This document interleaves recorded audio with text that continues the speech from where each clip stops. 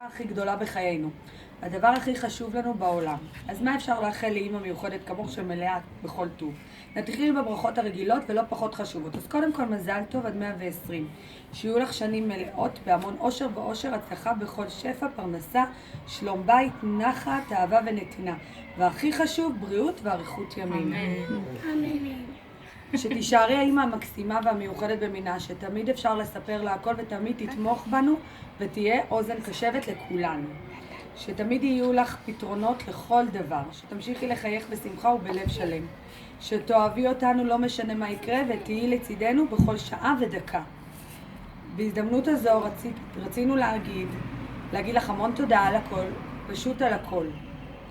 תודה על זה שאת לומדת לצידנו, תודה על זה שאת עוזרת לנו עם הנכדים ועם הילדים, תודה על זה שאת תומכת בנו, שאת אוזן קשבת לנו, ואף פעם לא הפנית לנו גב, גם בדברים הכי קשים. תודה על שגידלת אותנו בצורה הטובה ביותר, תודה על שלימדת אותנו והכוונת אותנו איך להתחיל את החיים בדרך הטובה ביותר. תודה על כל הדאגה והנתינה, אוהבים המון המון. אוהבים. מזל טוב מזל סבתא, טוב, מזל טוב שמח. די, תגידו מזל טוב. תגיד מזל תגידו טוב מזל לסבתא. תגיד מזל טוב לסבתא. אילנה, קנינו לך בניין, אנחנו לא מגלים לך. מזל טוב לסבתא. זה רמז. מזל טוב, הרבה בריאות.